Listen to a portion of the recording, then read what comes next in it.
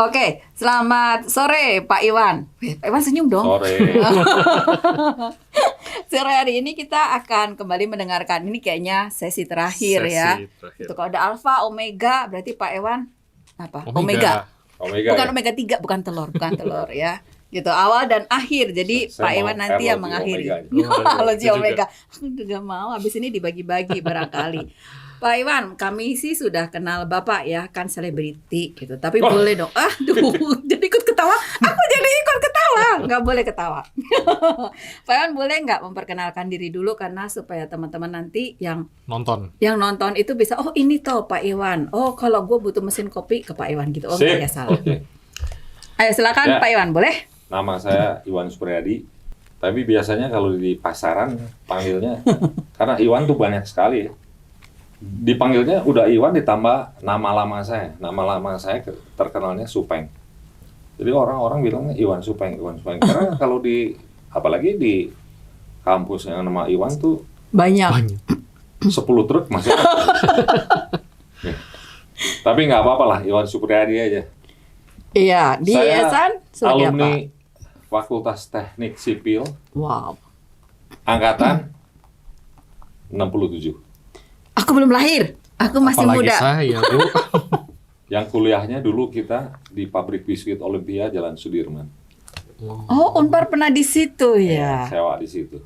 Pabrik Olimpia Jalan Sudirman. Jadi Masih kalau ada. jam 10 pagi, jam 11 pagi tuh kita nyium bau roti, bau biskuit gitu. Waduh, seger tuh. Bukan seger, itu mah bikin sengsara kalau kuliah.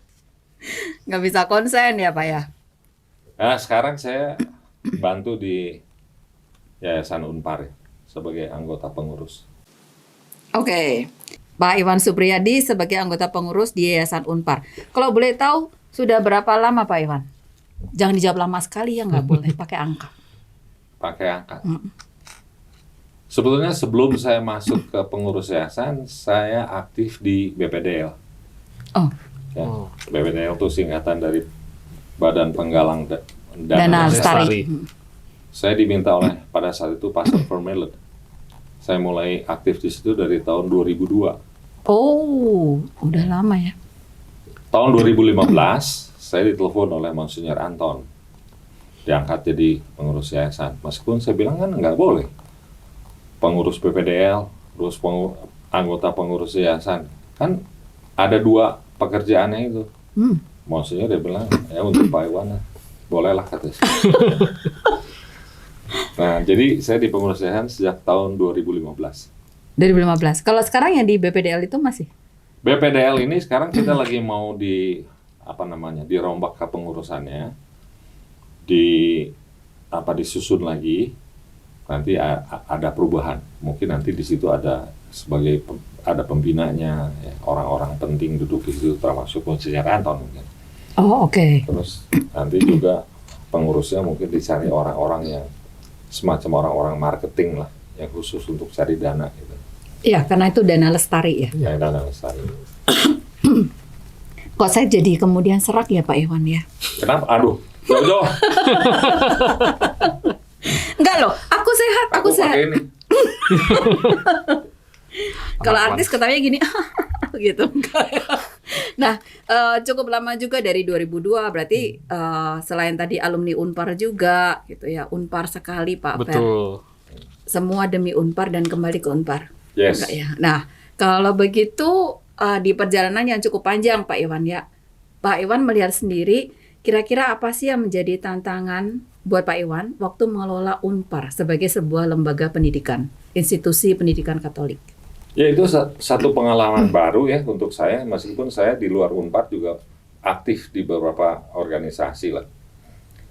Tapi saya kira di Unpar nih, karena pendidikan, itu lebih spesifik.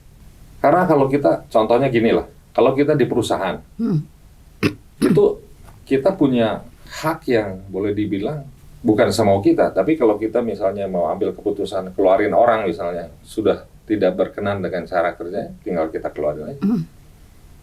Tapi saya kira di pendidikan nggak bisa kita gitu. Ada dosen yang nggak benar, tahu-tahu kita keluarin, waduh, bisa ngamuk sekampus. Ya. Masa sih? Iyalah. Ada beberapa contoh lah yang apa namanya Digeruduk ya malah yayasannya ya. digeruduk ya.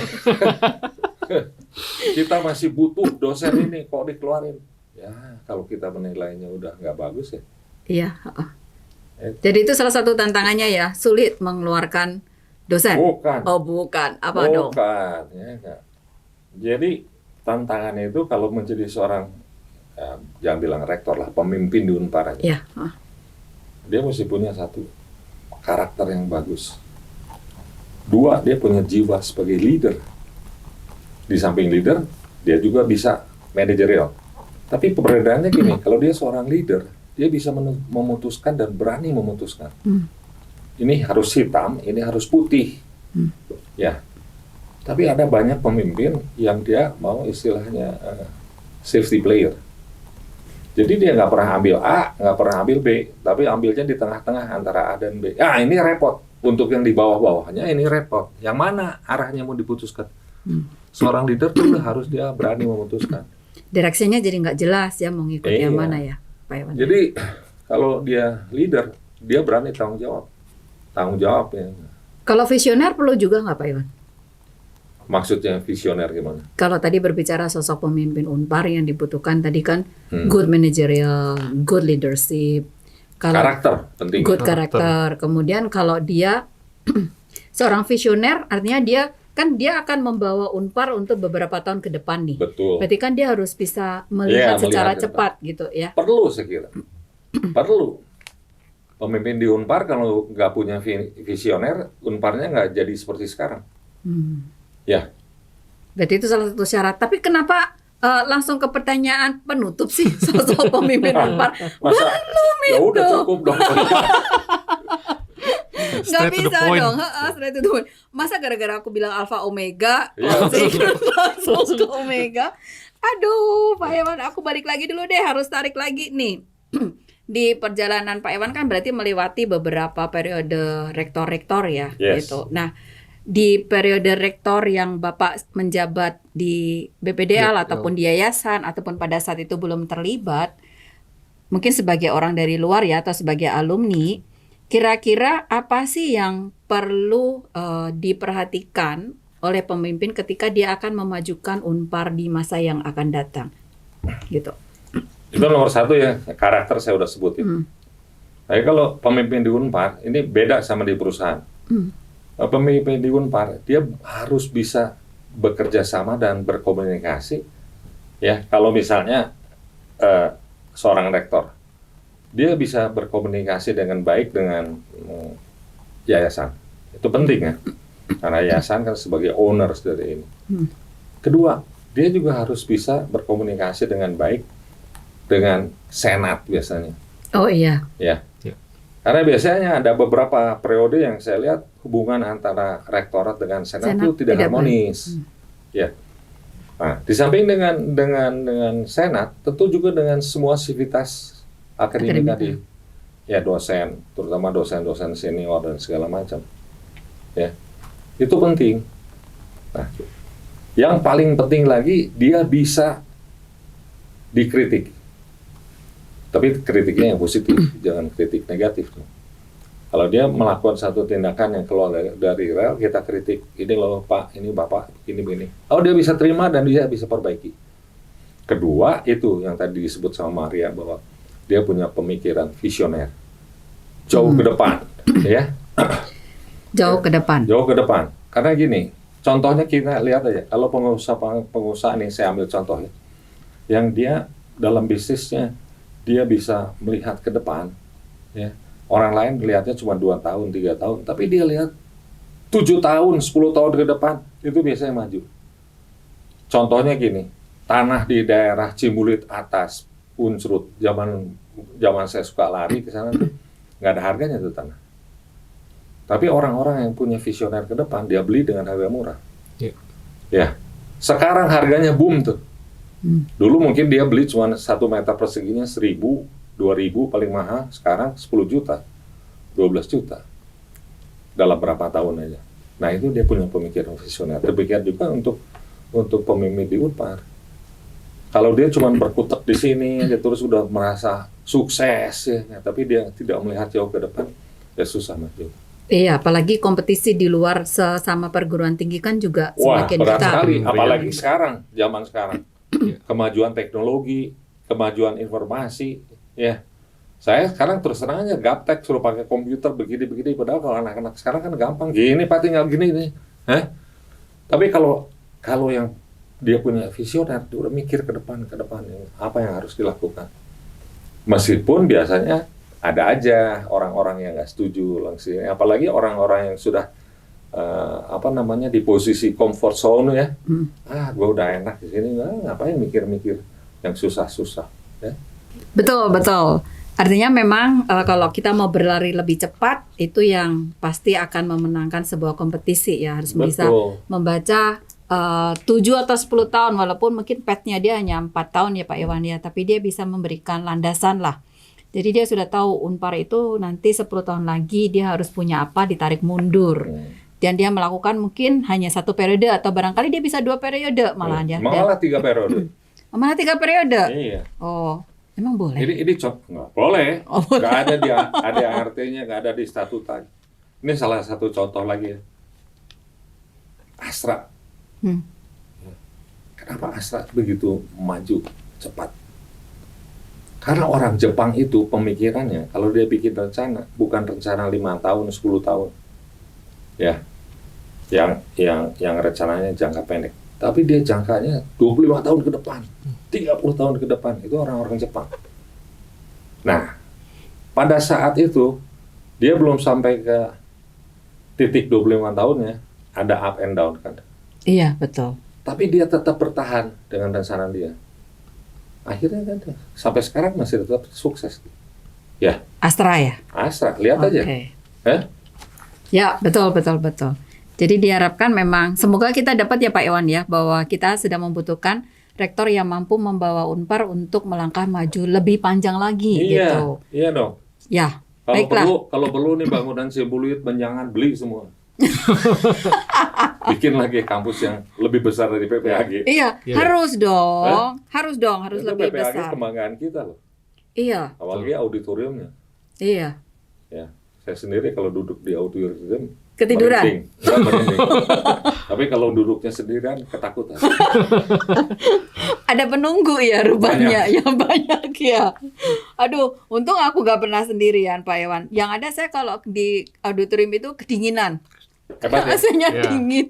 AC-nya hebat ya? AC-nya dingin untuk banget. 1.000 orang kira-kira ya. Masih bisa bikin dingin ya? Masih Ya, betul. Nggak ada yang komplain, wah ini kepanasan. Tidak ada itu. Nggak ada ya. Di ruang kuliah juga sama. Banyak dosen yang merasa kedinginan. Iya. Padahal temperaturnya kita udah atur sedemikian rupa. Riset. Oh, oke. Tapi dia belum jadi smart building ya, Pak Iwan? Smart. Oh, sudah smart building. Smart building. Wow. Kalau kamu masuk ke ruangan itu, kamu jangan move ya, diam aja di kursi. Kayak orang bego. Lampunya mati sendiri. AC-nya mati. Oh, berarti gak boleh takut Pak Fer. Berarti kalau aku ke situ tiba-tiba dia mati, jangan lari gitu ya? Jangan lari dong. Karena dia udah smart. Karena dia udah smart. Kirain ada uka-uka di situ yang Udah matiin. smart building, kita sebentar lagi dapat sertifikat green building. Wow. Wah, sesuai dong ya. Kalau SLF sih udah tahu kan. Apa itu? Ilmunya beda. Oh, Like fungsi. yang waktu itu sempat muncul ya, iya. SLR. Muncul ya? Iya, muncul kalimat Kita dapat tuh SLR. sekali rapat di lapangan 23 orang, 26 orang. Oh, oke. Di Bandung yang universitas yang punya SLF hanya 2. 1 Unpad, 2 Unpar. 1 Unpad, 2 2 Unpar. Oh. Hebat kan yang Unpar? ITB aja belum punya. Katanya. Oh. Nanti coba kita undang podcastnya, kita tanyakan kalau begitu. Oke, Terus Pak satu Iwan. kebanggaan loh punya SLF, susah dapatnya. Iya, prosesnya panjang ya. Wah, rapatnya juga. Untungnya banyak alumni Parahyangan yang di sana yang cukup Punya posisi. Ya punya posisi dan cukup ini bangga dia sebagai alma mater Parahyangan. Jadi banyak membantu lah. Walaupun gedungnya hilang ya, Pak Iwan. Gedung Bapak hilang kan? Oh, Bapak di Olimpia ya? Ya, terakhir di situ juga. Kan 74 udah ke situ. Udah pindah ya. Yang tersisa torennya ya, Pak Iwan. Ya, karena itu alumni teknik Libur Iya. kan, waktu mau dipotong. Awas lu potong. Iya, karena itu maskot sebenarnya kan, Ya. identik gitu dengan building. Ikonik ya. Ikonik banget ya, walaupun gedungnya udah hilang ya, Pak Iwan ya. Maria Baik. pernah masuk ke ini nggak? Kemana? Lantai 9, lecture theater. Oh, ya. Pernah? Pernah. Bangga kan? Keren. Nah, itu alumni yang sering keluar segala macam, dia bandingin ya. Wah, lecture theater kita nggak kalah sama perguruan tinggi di luar negeri. Iya. Hah? Tapi kalau mau pakai katanya susah mau pinjamnya, Pak Iwan. Wah, Iya. enggak lah. Gosip ya itu ya. Gosip. Itu sekarang dipakai terus. Cuma harus dibuat jadwalnya barangkali Ya, ya. karena banyak yang pakai. Jadi kalau misalnya mau pakai bulan depan, lapor dari sekarang. Ya. Kan kita ada building management, itu diatur. Nah, nanti mereka biasanya pada saat rapat tiap hari Selasa, lapor. Ini kasih izin enggak? Ini enggak. Kalau kira-kira ini enggak benar nih. Ya, pakai lecture theater yang udah keren begitu, nanti yang datangnya pakai blue jean, pakai celana pendek, sandal jepit. Kita larang. Gitulah. Ya, Oh, ada dress code. dress code-nya Pakai jas kalau bisa. yang pantas loh. Aduh, Pak Iwan, kalau lanjutin lagi nih, nilai atau kebiasaan apa yang Pak Iwan lihat Unpar itu sudah punya dan sebaiknya dipertahankan? Kira-kira apa? Maksudnya apa? Maksudnya ada Nilai-nilai apa yang Unpar sudah punya? Kayak gitu. ya termasuk ini yang mesti dipertahankan, saya kira kegiatan-kegiatan yang kayak Mahitala. Mhm. Itu satu kebanggaan. PSM, Listra, ya. Terus UKM dong ya, kegiatan ya kemahasiswaan. kegiatan UKM. UKM. Tapi harus betul-betul ada yang mengarahkan supaya betul-betul kayak PSM kan itu kan kebanggaan kita luar biasa. Ya. Waktu dia 60 tahun, saya kan hadir. Waktu si Afif sama si yang satu lagi tuh. Ivan bukan? Ivan ya. Betul. Itu dengarnya sampai merinding tuh waktu dia nyanyi. Itu kebanggaan luar biasa. Ya. Jadi ikonnya Unpar ya, Mahitala, PSM. Sayangnya dulu waktu saya kuliah belum ada sih PSM. Oh, PSM itu kan dibentuknya oleh Pak Sugiarto. iya Iya. Pak Ape. Itu kan teman saya Sugiarto. Seangkatan? Enggak dah, dia 63 kalau nggak salah. Oh, oke. Kita sama-sama di Pemkris Bang dia. Oh, Oh, Jadi oke. waktu saya baru tingkat 1, tingkat 2, saya kan senat di sipil, jadi sering ketemu dia. Oh, pada saat itu ya. Iya. Kalau nilai-nilai seperti Sindu, Nah, itu Humarum, itu harus ya. Sindu sama lagi Bakuning yang Bakuning, ya. saya bakti. Itu pegangan kita lah. Tapi saya yakin loh, banyak orang nggak tahu singkatan Sindu itu apa. Masa? Coba kita tes. spiritualitas dan nilai dasar Unpar. Iya, Nah, karena itu. dia panitianya. Oh. Setiap tahun untuk penerimaan mahasiswa Betul. baru ya. Jadi kalau ditanya dia pasti hafal Pak Iwan. Tapi kalau saya lihat teman-teman juga sebetulnya praktek dari nilai Sindu itu dimunculkan sih di kegiatan Tridharma. Dan ternyata udah sejalan ya dengan apa yang diinginkan oleh yayasan juga. Ya. Bahwa Sindu kemudian yang Bakuning yang Briguna Sancaya Bakti Ya. itu juga harus terbaca gitu, teraktualisasikan di masyarakat tentunya. Nah, kalau begitu saya nyambung lagi. Apa yang menurut Pak Iwan itu perlu Unpar tingkatkan supaya Unpar itu juga tidak kalah bersaing dengan Universitas institusi lain. yang lainnya. Iya. Kalau saya lihat ya sekarang ya, mahasiswa bukan mengecilkan artinya, tapi yang perlu dibentuk ya, supaya kalau nanti dia sudah menjadi alumni terjun di masyarakat, ada satu orang bisa tahu, oh ini alumni Unpar loh, Iya. ada kelebihannya gitu, karakter building. Karakter building ya. Oke, itu yang harus ditingkatkan ya, karena itu dibutuhkan. Tadi juga waktu ngobrol dengan alumni juga dimunculkan itu Pak Iwan, bahwa sekarang generasi yang sekarang ini susah banget dikasih target sedikit, Pak, udah deh saya resign. Loh kan kamu belum dapat kerja, gimana nanti?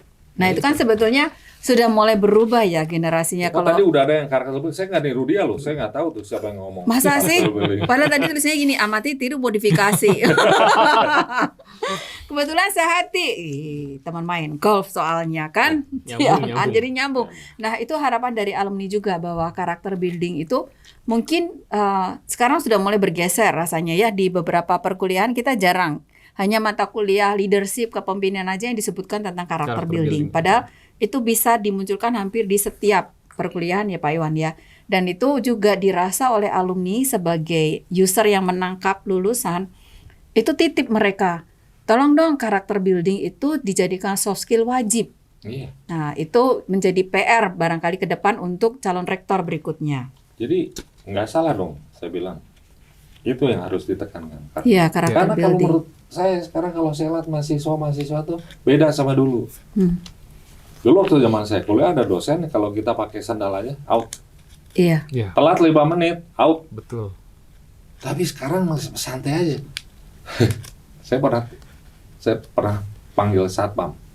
Saya turun dari gedung rektorat. Datanglah 2 mahasiswa rasanya. Pakai celana pendek, pakai kaos olahraga, pakai sandal jepit. Dia mau masuk ke gedung rektorat juga. Saya panggil satpam. Tolong tegur. Ya.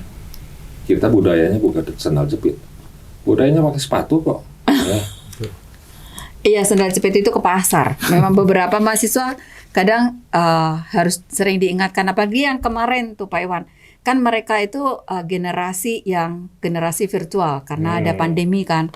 Terlihat waktu mereka mulai kuliah sih, dari cara berpakaian ya, Betul. sampai kemudian harus diberikan yang kita nggak pernah bikin SOP cara berpakaian, muncul SOP Tiba-tiba tersebut, bikin tiba-tiba harus Cara bikin gitu. berpakaian. Ya. Karena menurut mereka sih nggak apa-apa kok, kami rapi-rapi aja, dan ternyata harus dikasih tahu bolong dari atas sampai bawah celananya. Iya. Iya. Celana belum jadi dipakai.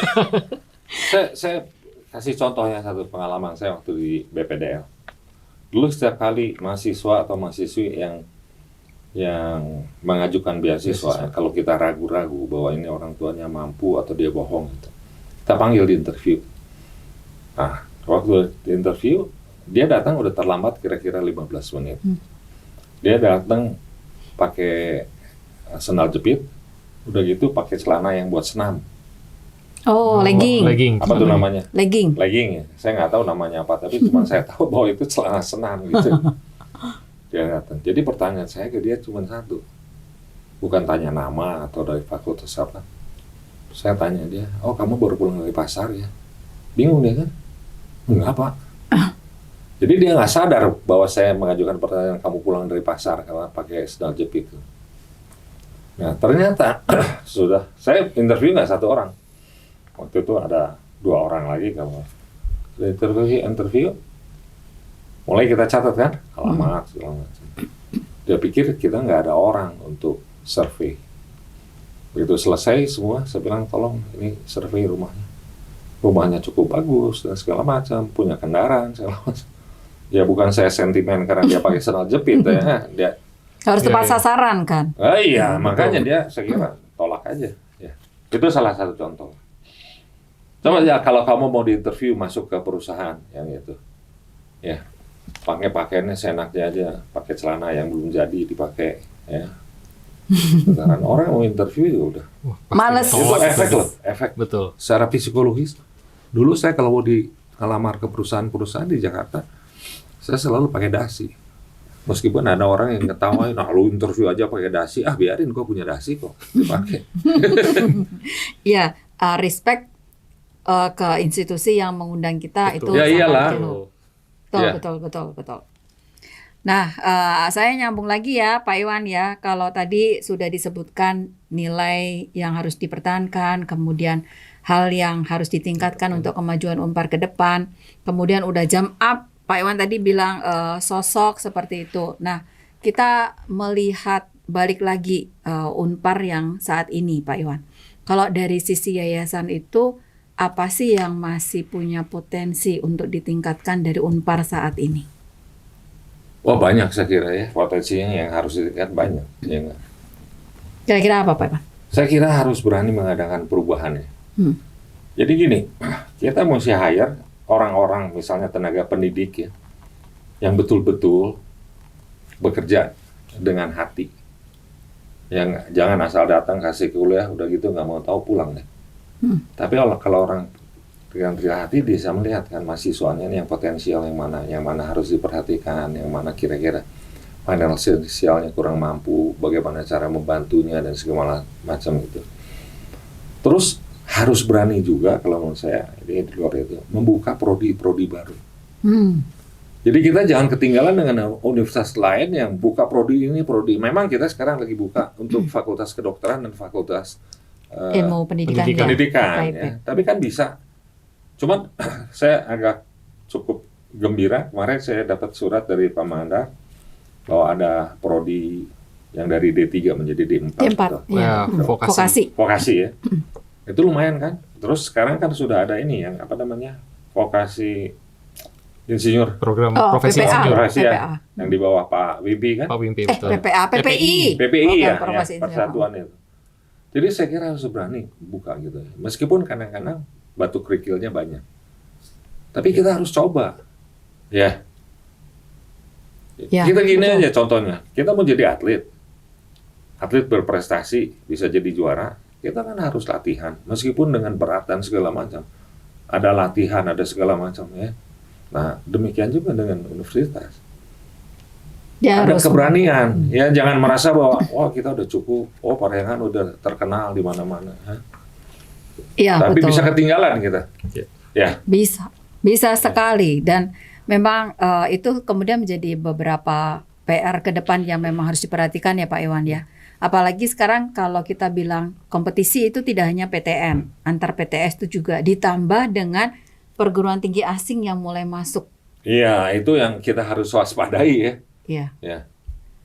Nah, yayasan menyikapi seperti itu dengan cara biasanya seperti apa Pak Iwan? Apakah mempersiapkan dalam bentuk dokumen tertentu atau apa Pak Iwan? Itu sebetulnya tugas dari rektorat ya. Yayasan hanya menyetujui ya, saudara. Ya. Jadi sebenarnya rektorat itu yang mesti aktif. Ya. Dia punya kreativitas yang betul-betul untuk memajukan Parahyangan, apa yang harus dilakukan. Nanti semua proposalnya itu dia lempar di rapat yayasan. Ini loh, saya mau bikin universitas perikanan misalnya, meskipun kita nggak ada laut gitu. Tapi kalau yayasan lihat, oh ini memang sesuatu yang menjanjikan untuk Ke depan. tentu yayasan akan setuju. Yang penting ada agile dan dia berani untuk adaptasi terhadap perubahan ya. Karena kan industri juga sudah mulai berubah. Berubah. Ya sudah muncul juga kan apa keterampilan yang dibutuhkan 4-5 tahun ke depan. Nah, itu kan sebetulnya sebagai sinyal yang harus ditangkap oleh para pemimpin yang ada di Unpar tentunya. Oh, berarti kita harus evaluasi dong, entah kurikulumnya, entah kemudian dia mengubah kemasan nama program studinya menjadi program studi yang lain walaupun isinya sama, karena ada beberapa institusi seperti itu sih.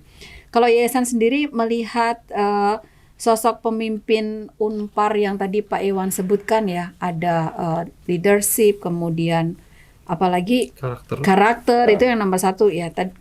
Dari kemarin narasumber yang kita munculkan juga itu muncul sih Pak Iwan. Tapi saya nggak nyontek dia loh. Enggak sih. Kisi-kisi tadi saya kirim, oh enggak ya. Ada satu yang menarik juga sih Pak Iwan, dikatakan seperti ini. Yang dibutuhkan adalah pemimpin yang dia mau ngobrol sampai ke bawah. Yes. Mau mendengarkan, karena terkadang itu yang di bawah bisa saja itu dia bisa melihat lebih luas daripada yang di atas. Betul. Nah, itu yang diinginkan oleh beberapa sivitas yang kami juga undang. Nah, kalau yayasan sendiri juga ada PR kemarin. Begitu kita ngobrol, mereka juga bilang kita juga pengen kenal dong, apalagi dosen muda Pak Iwan. Karena dulu tuh ada kaukus dosen muda kan. Ya. Kemudian sekarang udah nggak ada lagi. Ada, cuma tapi belum kali ya, belum. Pasti ada itu. Akan tetap ada, di dalam program kita. Atau namanya berubah ya, ongoing formation ya, kalau nggak salah, atau saya beda? Tahu. Enggak, saya tetap sih ya? kalau di rapat-rapat tetap kaukus dosen muda. Nah, beberapa teman-teman dosen muda itu mereka pengen kenal dong, Bu, sama yayasan. Kadang kita pengen ngobrol juga. Rupanya ada pergeseran gitu dari sisi budaya juga. Kalau dulu mungkin di zaman saya, oh yayasan sesuatu yang kita nggak pengen ketemu deh, udah takut duluan. Tapi ternyata yang sekarang ini kan enggak. Mereka beda cukup, ya? beda. Ya? Mereka pengen tahu, Bu, pengen kenalan dong. Karena menurut saya itu harusnya itu seperti ini, gini. Mungkin mereka membaca dari situasi, mereka ngobrol dengan kolega dari institusi lain sehingga mereka mendapat ide gitu, mendapat hidayah ya supaya dia bisa, oh kita harus gini loh Bu, Unpar tuh harus berubah. Nah, ada keinginan juga dari dosen-dosen muda untuk diperhatikan oleh yayasan. Itu bagus, bagus. Saya setuju banget. Dulu waktu tahun 2015 atau 2016 waktu saya masuk, kita tuh ditugaskan waktu itu oleh Pak Kus. Jadi anggota pengurus kalau bisa datang ke fakultas-fakultas, ya, bicara dengan dosen-dosen muda, dosen-dosen senior gitu. Saya yakin pada saat itu banyak manfaatnya untuk kita.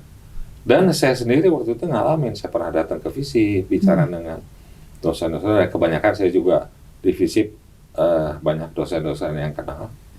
Siapa yang dari FISIP? Nggak ada. Oh, you FISIP? Aku, Fakultas Ilmu Gosip. Ulbert. Silalahi, Pak Ulbert. Ulbert ya?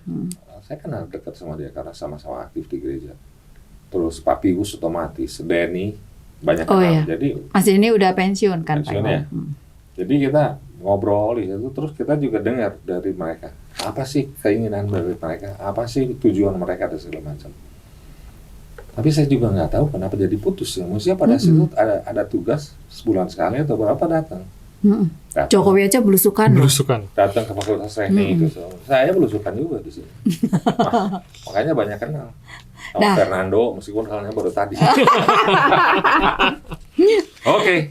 Oke, Pak Iwan. Tadi sebetulnya ketika berbicara terkait dengan sosok itu adalah sebuah pertanyaan terakhir ya. Makanya saya selipin dulu. Bapak soalnya udah langsung closing. Nggak boleh dong. Kan nggak boleh ya? Nggak boleh. Ada titipan apa nggak dari mungkin Pak Iwan sebagai pribadi dan Pak Iwan mungkin bisa mewakili yayasan?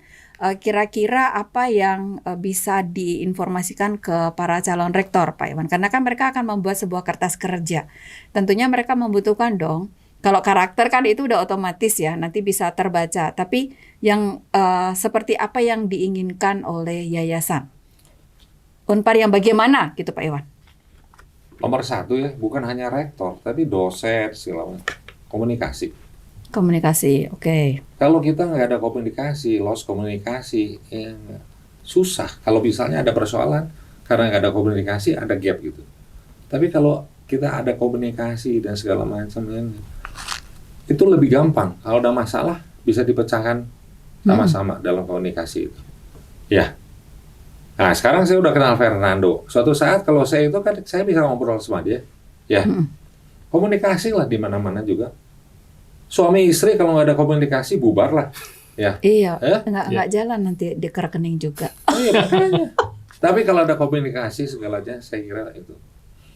Oke. Ini dalam rumah tangga aja kalau komunikasinya beku, ya, itu terjadi banyak keributan. Tapi kalau komunikasi yang lancar ya, semua aman-aman aja. Aman-aman aja, ya. Oke, berarti rektor yang baru diharapkan dia mampu untuk menjalin komunikasi dengan baik di semua level ya Pak Iwan. Semua level, termasuk dengan dosen-dosen, guru besar yang udah tua dan segala macam. Ada komunikasinya. Kalau perlu, mereka bikin acara once in a month atau 2 bulan sekali, ngopi bareng, ya nggak saling mendupai, yang mendupai. Nggak mau aku ikut. Kan konon katanya yang kena dupanya itu yang kena imbas penyakitnya. Kamu jauh-jauh. Kalau bisa saling mendupai. Oh ya boleh ya. Itu bagian dari keakraban mendupai ya, itu. Kalau kita yang ada komunikasi, segala sesuatu tuh bisa jadi cair. Ya. Kita ribut di dalam rapat, berbeda pendapat, tapi komunikasinya bagus. Di luar rapat ya sudah kita terima keputusan yang diputuskan di dalam rapat. Iya. Jangan sudah diputuskan komunikasi nggak baik. Di luar ngoceh, ya itu yang paling saya nggak senang. Makanya saya selalu kalau ngomong belak-belakan. Iya. Oke, nggak boleh baper kalau bahasa anak. Apa perlu bawa perasaan? Jangan dibawa perasaan, simpan hanya di lapangan. Simpan di rumah kalau perlu. Kejem banget dia nanti jadi jenghiskan loh kalau nggak bawa perasaan. Oke, itu tadi Pak Iwan closing dari kami. Pak Fer ada yang mau ditanyakan lagi nggak? Kan udah dikenal nih sama Pak Iwan. Besok langsung dikasih kunci mobil Astra. Fernando apa? Fakultas apa? Fakultas Ekonomi. Wasip lah. Cuma sip doang aja deh lu. Ya tapi kalau dari sini sih sebenarnya dari harapan dari yayasan sebenarnya juga menjadi harapan dari berbagai macam pihak yang kami wawancarai gitu bahwa ingin memiliki rektor yang memiliki komunikasi yang baik itu rasanya keluar setiap kali kita ada wawancara. matrikulasi nggak nanti? Tapi saya nggak nyontek. Enggak, kamu pastikan nggak, ini kayaknya memang bukan suara kita manipulasi. bersama.